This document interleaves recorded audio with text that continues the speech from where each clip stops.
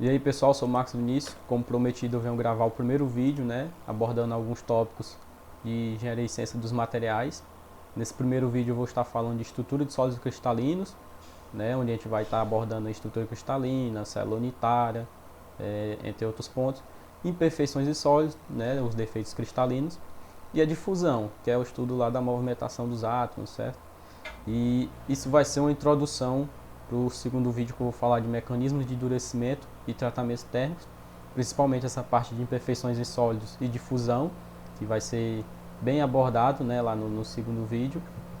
E eu vou tentar passar pelo menos de uma forma fácil aí, de um fácil entendimento, alguns conceitos importantes. Eu não vou falar de tudo, até porque cada tópico desse aí é um estudo bem amplo na área de engenharia e ciência dos materiais, tá? Então eu vou falar de alguns conceitos bem importantes que não deve passar batido, e que para quem já estudou isso, né, para quem já viu, vai relembrar, né, algumas coisas que podem ter sido esquecidas, né, com o tempo, isso é normal. E para quem não viu ainda, não estudou isso, vai entender da mesma forma, tá? Porque eu vou passar de uma forma bem simples, né? E vou passar só alguns conceitos bem introdutórios, tá? Então vamos começar aqui. Vamos começar com estrutura de sólidos cristalinos, né? Então, por que estudar a estrutura de sólidos cristalinos? É porque, pessoal, em vários materiais, as suas propriedades dependem da sua estrutura cristalina. Eu estou colocando um exemplo aqui das formas alotrópicas do carbono, né? Temos o carbono grafite e o carbono diamante. O carbono grafite a gente conhece lá pela pontazinha do lápis, né? Que ele é um material bem mole, né? Bem quebradiço.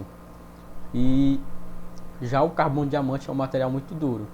Essas diferenças de propriedade, mesmo sendo o mesmo material, né? O carbono, se dão pelas suas diferenças de estrutura cristalina, tá? Basicamente. E Marcos, e o que seria essa estrutura cristalina que tu vem falando desde o começo do vídeo? Bom, em materiais cristalinos, como os metais, os átomos estão situados em arranjos. Esses arranjos se repetem, né, de uma forma ordenada, gerando uma estrutura que chamamos de estrutura cristalina. Que a estrutura cristalina seria, no caso, essa terceira figura aqui, ó, que nós estamos vendo. Isso aqui é um pedaço da estrutura cristalina, tá? E esses pequenos arranjos que se repetem, ó, nós chamamos de célula unitária, né? Que é a menor unidade a célula unitária é a menor unidade da estrutura cristalina, né? Desse arranjo tridimensional formado, né, na solidificação, que define a estrutura como um todo. O que eu quero dizer? Que a gente não precisa analisar toda a estrutura, tá? A gente pode caracterizar essa estrutura apenas tomando uma unidade chamada célula unitária. Essa célula unitária pode resumir toda essa estrutura, tá? Resumir sua simetria, por exemplo. E aí, quando a gente vai fazer esse estudo, essa análise na estrutura cristalina, na célula unitária, a gente usa um modelo chamado de modelo da esfera atômica, da esfera rígida atômica.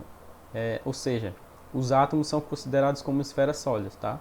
Aqui é o modelo da esfera rígida atômica reduzida, né? E aqui temos um exemplo de uma célula unitária, né? De uma estrutura cristalina cúbica, né? Com átomos aqui nos vértices, formando uma estrutura cúbica, tá? E basicamente é isso. O que seria a estrutura cristalina, né? Relembrando aqui, retomando, a estrutura cristalina é essa estrutura formada, né, pela repetição desses arranjos de átomos, tá? Só que é um arranjo ordenado, certo? Um arranjo com formas tridimensionais ordenadas. E essas menores partes da estrutura cristalina, né, dessa rede cristalina, é chamada de célula unitária. E a célula unitária pode definir toda uma estrutura cristalina, né, definir sua simetria. Então, vamos começar aqui falando de alguns tipos de estrutura cristalina dos metais, né? Vou falar de três, mas não existem só essas três estruturas, tá? Existem várias, mas eu vou falar as três mais comuns, certo? E nas estruturas cristalinas de metais, as ligações são de natureza metálica, óbvio, tá? E são ligações não direcionais. Essas ligações não direcionais vão dar uma maior liberdade para a movimentação dos átomos vizinhos lá da estrutura cristalina, certo? ou seja, não vai haver restrições quanto ao número e posição dos átomos vizinhos próximos, né, lá na estrutura. E vamos falar dessas três, como eu já comentei, né, dessas três estruturas: a cúbica de face centrada, também conhecida como CFC, a cúbica de corpo centrado, conhecida como CCC, e a hexagonal compacta, HC. Começando com a CFC, né, cúbica de face centrada, e tomando aquele modelo de esfera rígida, né, vamos fazer uma análise aqui, ó, pelo nome, por exemplo, ó, cúbica de face centrada, né? Esse cúbica nos dá a entender que é uma estrutura que forma um cubo, tá? É um cubo, cujos vértices são preenchidos por átomos, tá? Átomos esféricos. E em cada vértice vai ter um átomo, tá? E aqui no nome, ó, face centrada, vai nos dizer que em cada face desse cubo vai haver um átomo central, tá? Então essa aqui é a estrutura cúbica de face centrada, certo? É um cubo cujos vértices são preenchidos por átomos e suas faces apresentam átomos, tá? Centrados aqui em cada face, certo? Isso aqui é no modelo de esfera rígida reduzida. Mas quando a gente vai fazer uma análise quanto ao número de átomos que realmente estão contidos na célula unitária, né, a gente parte para essa primeira imagem, que a gente vai ver o que realmente acontece, certo? Que é o seguinte: quando a gente pega esse átomo aqui, por exemplo, a gente vai fazer uma análise nele, né? Ele corresponde a esse átomo. Os átomos nos vértices, é importante saber que nessa estrutura CFC, cada átomo no vértice é compartilhado por 8 células unitárias ao mesmo tempo. Então isso quer dizer que em cada vértice há apenas 1/8 de átomo, tá? A gente guarda aqui 1/8 de átomo em cada vértice. Já os átomos que estão centrados aqui em cada face, cada um é compartilhado por 2 células unitárias ao mesmo tempo, tá? Então temos 1/2 de átomo em cada face. Se a gente fizer as contas aqui, ó, 1/8 de átomo vezes os 8 vértices, temos um átomo inteiro contido na célula unitária, né? Mais as 6 faces vezes 1/2 de átomo. Isso aqui nos dá 4 átomos por célula. Então, em cada célula unitária, na estrutura cristalina CFC, né, cúbica de face centrada, temos 4 átomos por célula, tá? Na estrutura CFC, o número de coordenação é 12. O que seria esse número de coordenação, Marcos? O número de coordenação é quando você isola um átomo, né, e vê quantos átomos vizinhos próximos tem ali naquele átomo. Por exemplo, a gente tomando aqui, isolando esse átomo, né, para ver qual o número de coordenação dessa estrutura. A gente vai ver quantos átomos vizinhos próximos estão aqui ao redor dele, tá? Então, se a gente isola esse aqui, já tem os 4 aqui desses 4 vértices, né? Temos 4. Mais esse, o que está logo aqui atrás e o que está logo aqui abaixo, né? Nesse plano aqui. Mais 4, temos 8. E se você pegar a célula unitária que está logo à frente aqui dessa face, temos os outros 4, né? Equivalentes a esse aqui. Então, temos 12 átomos vizinhos mais próximos a esse átomo aqui isolado. Então o número de coordenação é 12, certo? Agora nós vamos fazer um cálculo para descobrir o volume da célula unitária, né, em função do raio atômico, certo? Então, primeiro, antes de tudo, a gente tem que descobrir quanto mede a aresta do cubo, certo? E essa aresta também vai ser em função do raio. Então, por exemplo, se a gente adotar, né, o raio a gente já tem. O raio a gente tem, o dado que a gente tem, porque o raio depende do átomo, né, que a gente está estudando. E se a gente adotar essa face aqui, nessa estrutura, é mais conveniente a gente traçar uma diagonal aqui, né, pegando todos os raios aqui, né, tem um raio aqui, aí tem o diâmetro desse círculo aqui e tem outro raio, né? Então essa diagonal do quadrado aqui, né, dessa face, corresponde a 4R, que é bem perceptível, tá? E Se a gente tem a diagonal e sabe que isso aqui é um quadrado, tá fácil, já dá para descobrir, né, quanto mede a aresta. Porque a gente sabe que no quadrado, a diagonal é igual a L raiz de 2, né? O lado vezes raiz de 2, ou seja, o lado é igual a A, né? A igual a L. E a gente descobriu também que a diagonal é igual a 4R. Então o que a gente faz? A gente iguala aqui 4R igual a L raiz de 2, né? Então a gente tem aqui 4R igual a A raiz de 2. A gente não quer descobrir o lado do quadrado, então a gente isola o A em função de R, né? A, aí joga esse raiz de 2 aqui dividindo, né? Fica A igual a 4R sobre raiz de 2. Aí você racionaliza, né? Multiplica por raiz de 2 sobre raiz de 2 e descobre que o A é igual a 2 vezes o raio vezes raiz de 2, né? Isso aqui é o valor da aresta do cubo em função do raio atômico. Pronto. Depois disso a gente pode calcular o fator de empacotamento e calcular o volume da célula unitária. Ah, Marcos, e o que é esse fator de empacotamento? O fator de empacotamento, ele representa uma fração do volume da célula unitária que está preenchida por um volume de átomos, né, da célula. Ou melhor dizendo, é o quanto de átomos em volume está contido na célula unitária, tá? Então, o fator de empacotamento seria o que? Volume de átomos na célula dividido pelo volume da célula unitária. Se a gente já tem um lado aqui e tem um raio atômico, dá para a gente descobrir tudo, tá?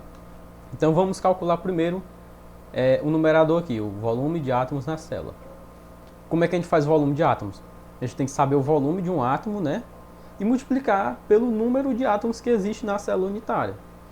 Aí, na estrutura CFC, a gente descobriu lá pelaquela análise que temos 4 átomos, né? Então temos 4 vezes o volume da esfera. Mas por que é esfera, Marcos? A gente não considerou que o átomo era considerado como uma esfera sólida lá no modelo de esfera atômica? Pois é. Então, o volume do átomo vai ser o volume de uma esfera, né?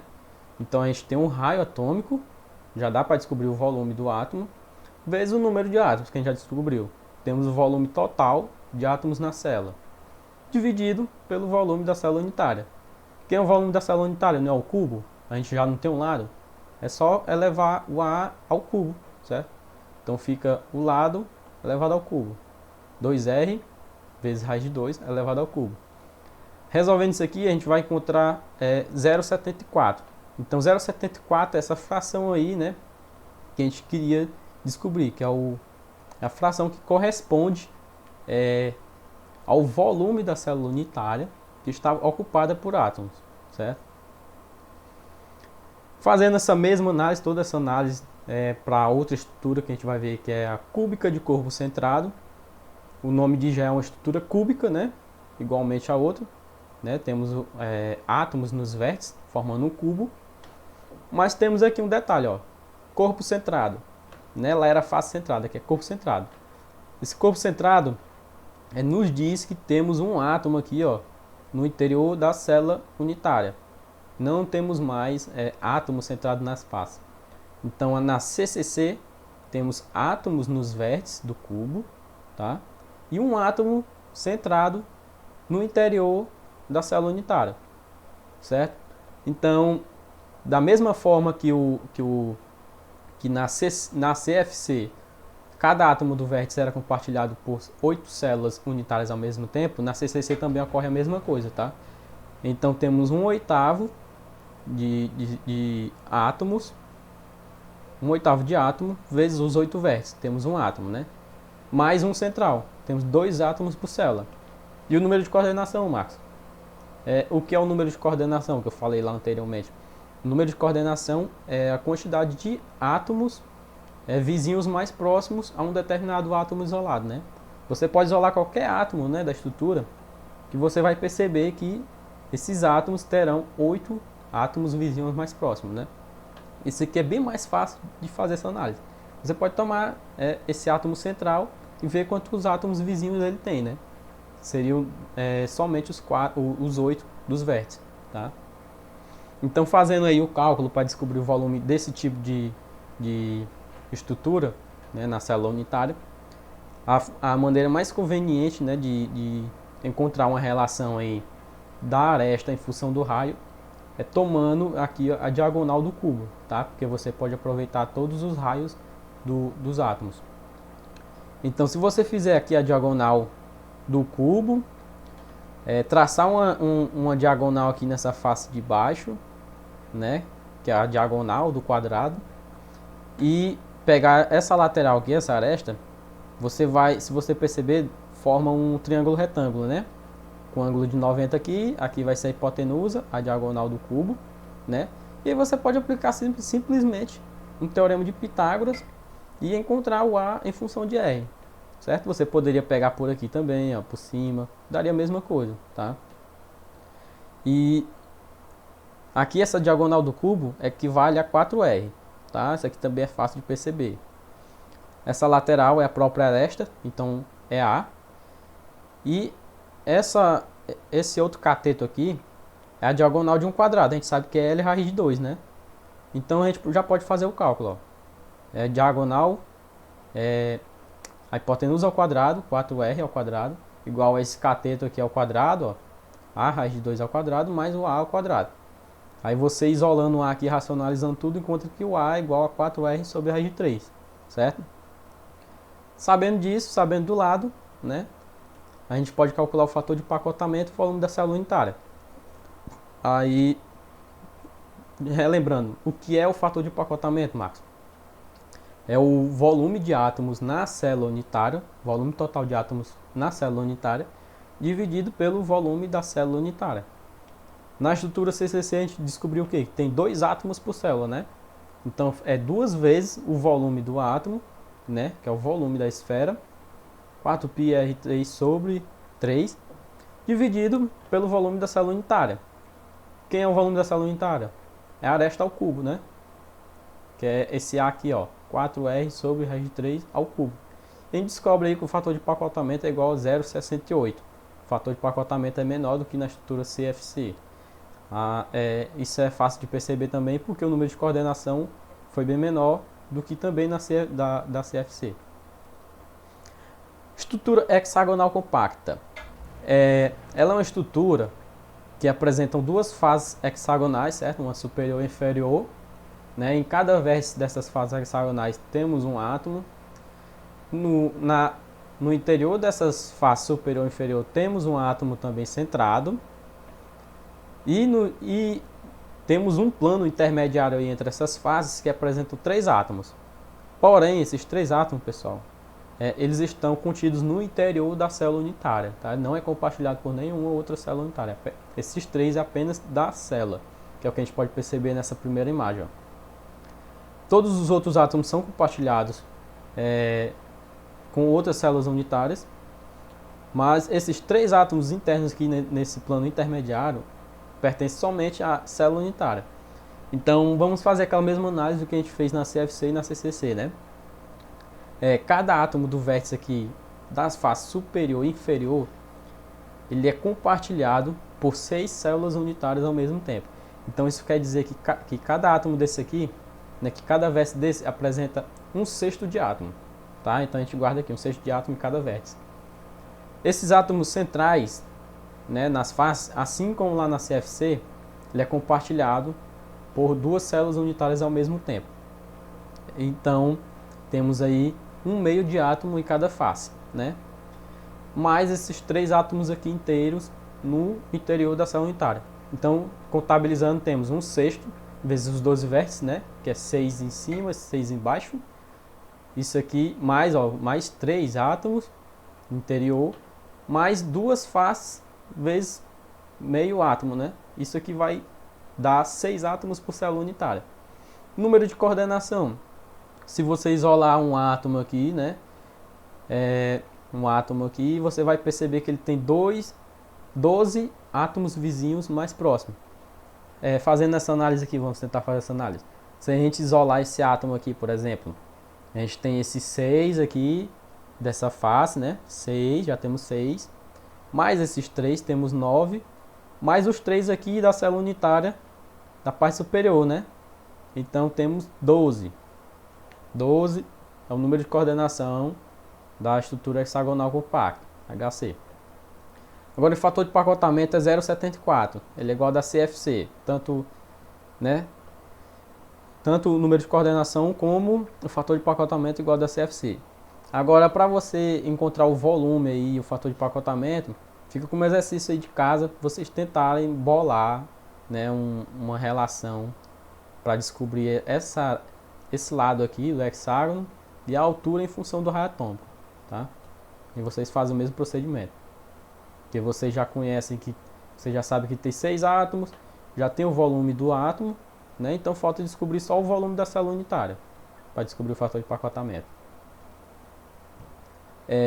Conhecendo essas relações, né, de volume da célula unitária, você pode calcular a densidade real do material, tá? Por essa relação, que a densidade, né, dada pela massa sobre o volume. Então temos que a densidade real é o número de átomos associado a cada célula unitária, né? Você já sabe encontrar isso, vezes o peso atômico lá do átomo, dividido pelo volume da célula unitária, você sabe descobrir também isso já, vezes o número de Avogadro, certo? Vamos falar agora de polimorfismo e alotropia. O que seria polimorfismo, Marcos? Polimorfismo é quando o mesmo material apresenta diferentes estruturas cristalinas. E quando esse polimorfismo se dá em materiais elementares, como carbono, que eu já até comentei, isso se chama de alotropia. Por isso que eu disse lá que o carbono tinha as duas formas alotrópicas, grafite e diamante, né? E o grafite, ele é estável nas condições do ambiente. E o diamante, ele é formado a pressões extremamente elevadas, tá? Então, a forma alotrópica, a estrutura cristalina que prevalece, ela depende tanto da temperatura como da pressão. O ferro puro também, vamos dizer, ferro puro entre aspas, vou colocar aqui por enquanto, tá? Ele apresenta também formas alotrópicas, né? Dependendo da temperatura. Que no caso a CCC, a temperatura ambiente, né? Temperatura ambiente até uma temperatura em torno de 723 graus Celsius, ele apresenta uma estrutura CCC. E acima de 912 graus Celsius, ele muda para uma estrutura CFC. Melhor explicando aqui esse diagrama aqui, né, da alotropia do ferro, temos o seguinte, que temperaturas até 912 graus Celsius, o ferro ele tem uma estrutura cúbica de corpo centrado, tá? Também conhecido como ferro alfa. Aí na faixa de 723 graus Celsius a 912, na chamada zona crítica, o ferro ele tem uma mistura aí de ferro alfa e ferro gama, tá? Ele está passando para a estrutura CFC. Quando ele atinge 912 graus Celsius, ele é totalmente CFC, também conhecido como ferro gama, tá? Quando ele atinge 1394 graus, ele novamente é cúbica de corpo centrado. Aqui no diagrama de fase de ferro-carbono, que é um diagrama que eu vou explicar bem detalhado lá quando a gente for falar de tratamentos térmicos, né? Você pode perceber também essa alotropia do ferro, ó, que de 0 até 723 graus Celsius, né, quando ele atinge aqui a zona crítica, ele começa a passar de ferro alfa para ferro gama, tá? E quando ele atinge a temperatura em torno de 910 a 912 graus Celsius, ele atinge a fase gama, né, também conhecido como austenita, aqui no diagrama de ferro-carbono. Certo? Vamos falar agora de imperfeições em sólidos, né? Então, por que estudar imperfeições em sólidos, Marco? Porque, pessoal, as propriedades dos materiais são influenciadas, né, pelas imperfeições, pelos defeitos em sua estrutura cristalina, né? Muitos materiais, suas propriedades são afetadas por esses defeitos. Então, quando a gente estava falando lá de regularidade da estrutura cristalina, da regularidade do arranjo atômico, né, a gente estava considerando uma estrutura ideal, né, como mostra essa primeira imagem azul. Mas na realidade não há nenhum material, e é impossível também produzir materiais isentos de imperfeições, né? Então, basicamente, o material ele é que nem essa segunda figura aqui, ele apresenta defeitos, como por exemplo, nessa imagem temos defeitos pontuais, né? temos lacunas aqui, interstícios, né? Então, o defeito cristalino é uma irregularidade na rede cristalina, e sempre vai ter. É impossível ter um material isento de defeito cristalino, de perfeição, tá? Então, vamos começar falando de defeitos pontuais, tá? Que se dão de dois tipos, né? Defeitos na rede cristalina. Ele pode se dar por lacuna, né? O defeito pontual por lacuna, e defeito pontual autointersticial. O que seria esse defeito pontual por lacuna? Lacunas são esses espaços vazios aqui, ó, que deveriam estar preenchidas por um átomo, certo? Está faltando um átomo aqui na estrutura cristalina. Então isso aqui se chama lacuna, é um defeito pontual. E o que é um defeito pontual autointersticial, Marcos? É quando tem um átomo ocupando uma região que normalmente não deveria ser ocupada, né? Que é esses espaços aqui, ó, entre átomos. Então tem um átomo, né, que geralmente ele é maior do que esse espaço intersticial, né, esse sítio intersticial. E por ele ser maior, ele provoca uma grande distorção na rede cristalina, né? E a presença dessas lacunas aqui, segundo Callister, ele é explicado pela termodinâmica, certo? Por exemplo, a presença de lacunas dá uma maior entropia ao material, ou seja, uma maior aleatoriedade, certo? Então o material deve ter aí, sempre deve ter lacunas, certo? Sempre deve apresentar lacunas na sua estrutura. Então, ainda falando de defeitos pontuais, temos também as impurezas. Devemos falar das impurezas, que as impurezas são átomos, né? Átomos estranhos inseridos em um material, em um metal, em uma estrutura cristalina, né? Um material ele nunca será puro, por isso que lá atrás eu falei em ferro puro entre aspas, porque não existe ferro puro. Sempre vai ter o ferro, né? Com a maior porcentagem de ferro, mas com impurezas, né? Com átomos estranhos inseridos em sua estrutura. A esses átomos estranhos chamamos de impureza, tá? E na maior parte das vezes essas impurezas são adicionadas intencionalmente, certo? Muitas impurezas são adicionadas intencionalmente para melhorar as propriedades mecânicas dos materiais. E na adição dessas impurezas de forma proposital, surge o que chamamos de ligas. As ligas, né, são formadas a partir disso. Na formação de ligas, na adição de impurezas, ocorre a formação do que chamamos de solução sólida, que a solução sólida é justamente isso, tá? E nas soluções sólidas apresenta o soluto e o solvente. O que seria o soluto, Marcos? O soluto é o elemento de liga, é a impureza que é adicionada, né, que está em menor concentração. O solvente é o material hospedeiro, é o que está em maior concentração. O exemplo, ferro-carbono, ou o aço. O aço é uma liga ferro-carbono. Quem é o soluto, Marcos? É o carbono. O carbono ele é a impureza, ele é o elemento de liga. Já o ferro, ele será o solvente, né, o material hospedeiro, ele está em maior concentração. Nas soluções sólidas ainda, surgem os defeitos pontuais por impureza, tá? Essas impurezas geram alguns defeitos na estrutura, como por exemplo, defeitos substitucionais e intersticiais. Quando é que ele é substitucional? É quando o átomo do soluto ocupa o átomo do solvente, tá? Ocupa a posição do átomo do solvente. E o autointersticial, né? Lembrando lá daquela ideia de sítio intersticial que eu comentei anteriormente, o átomo da impureza vai ocupar um sítio intersticial, certo? E mesmo esse átomo intersticial sendo muito pequeno, ainda assim ele vai gerar uma distorção muito grande na estrutura cristalina. E há alguns fatores aí que melhoram, que são determinantes na melhor solubilidade, né, da solução sólida. Que é, por exemplo, o fator do tamanho atômico. A diferença entre os raios atômicos do soluto e do solvente deve estar aí na faixa, deve estar abaixo de mais ou menos 15%. Acima disso, há a formação de novas fases. E também a estrutura cristalina dos metais desses átomos do soluto e solvente deve ser a mesma para garantir uma melhor solubilidade, tá? Falando de defeitos lineares agora, a gente falou de defeitos pontuais, né, que se dão por lacuna e por autointersticiais. Falando de defeitos lineares, também conhecidos como discordâncias, a gente escuta muito esse nome, discordância.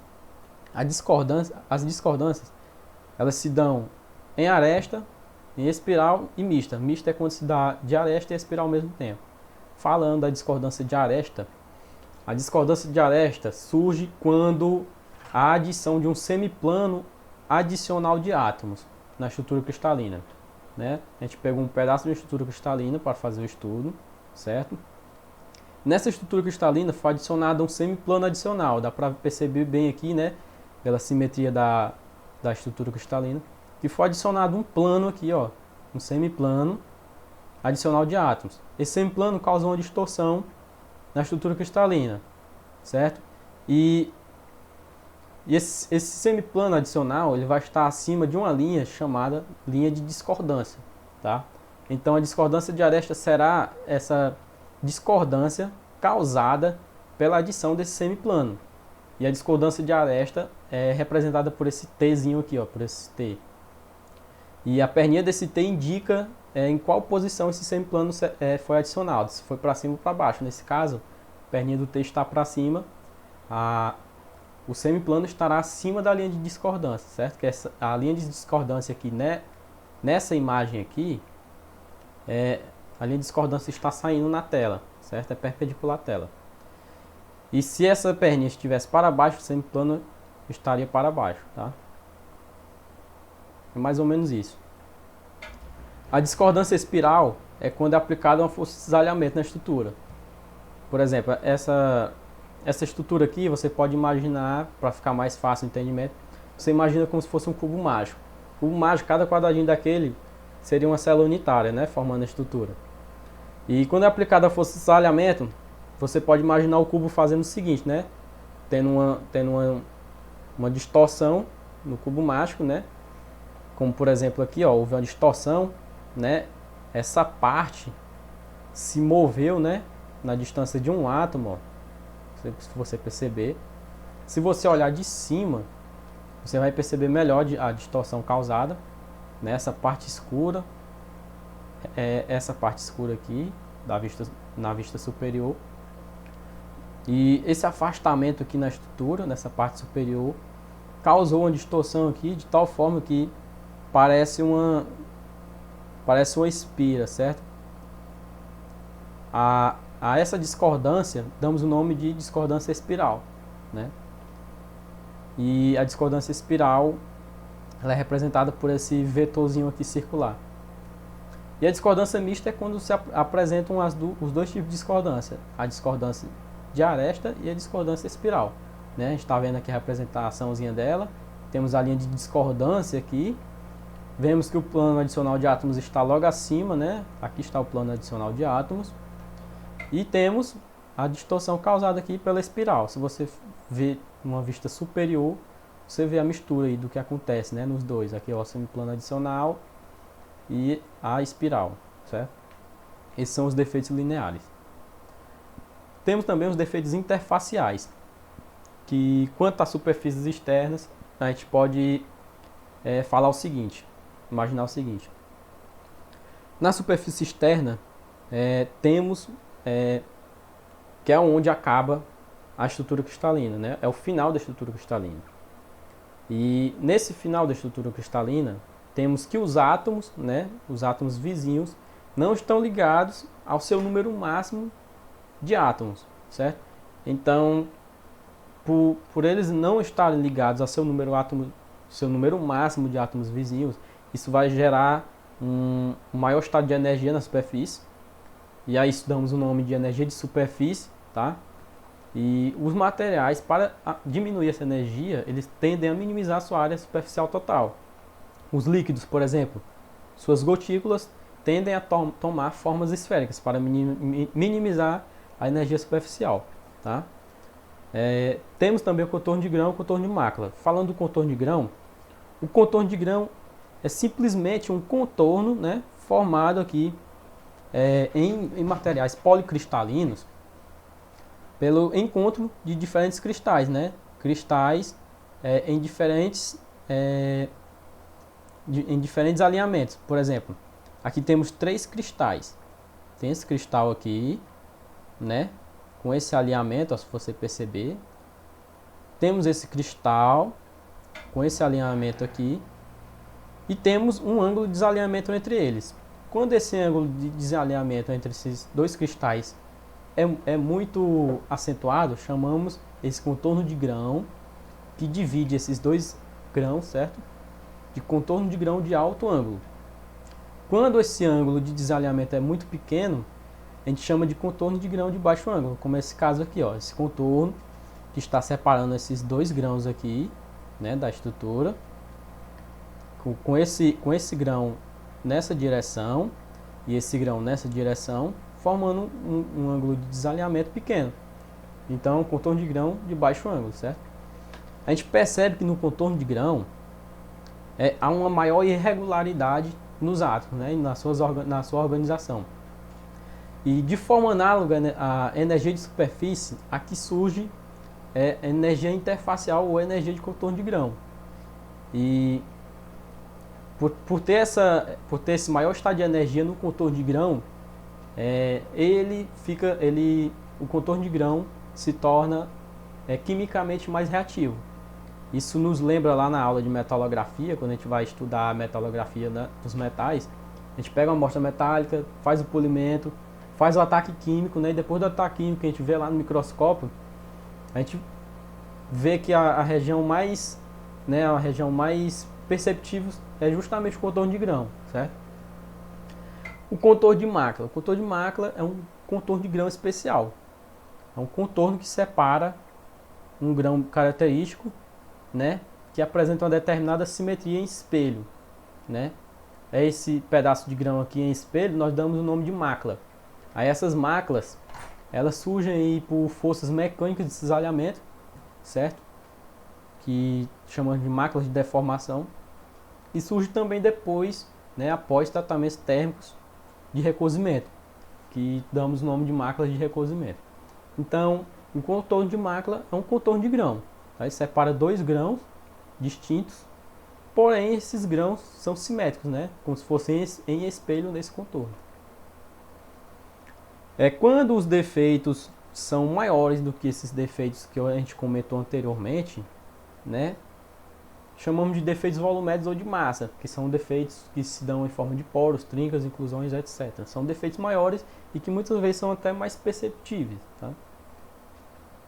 E agora partindo para a parte de fusão. Por que estudar difusão, Marcos? Pessoal, quando eu for falar lá de tratamentos térmicos, a gente vai ver que muitos tratamentos térmicos se dão por difusão. O exemplo que eu coloquei aqui, né, dando um spoiler, é um tratamento térmico superficial de cementação, né, que foi feito nos dentes de uma engrenagem. Para quê? Para endurecer apenas essa camada superficial, tá, da engrenagem e manter o seu núcleo dúctil. Isso aqui é feito por difusão, né? E o que é essa difusão, Marcos? A difusão é um fenômeno de transporte de massa, né? Um fenômeno de transporte de material que se dá pela movimentação dos átomos. E essa movimentação dos átomos, né, de um sítio para o outro, que é a difusão. E ela se dá por interdifusão ou autodifusão. A interdifusão é a difusão por impurezas, né? Você vai adicionar impurezas no material, como um exemplo aqui desse tratamento. Você está adicionando carbono, por exemplo, na cementação, nesse material metálico. E a autodifusão se dá em metais puros, né? Em que os átomos que se movimentam de um sítio para o outro são do mesmo tipo. Aqui na interdifusão são movimentos de átomos diferentes, certo? E há duas condições para que ocorra a difusão. A primeira é que deve existir um sítio adjacente vazio, claro, né? Deve existir um espaço vazio adjacente para que o átomo preencha esse espaço, né? Para que ocorra a movimentação de um espaço para o outro. E o átomo deve possuir energia suficiente para quebrar as ligações atômicas que o unem, né, aos seus vizinhos e então causar alguma distorção na rede cristalina lá, né? Formando uma lacuna, certo? Aí temos a difusão por lacuna. Sempre vai ser, vamos voltar a esse conceito de lacuna, interstício, tá? Porque, como eu falei, os defeitos, na maioria das vezes, influenciam nas propriedades do material, nas suas características, tá?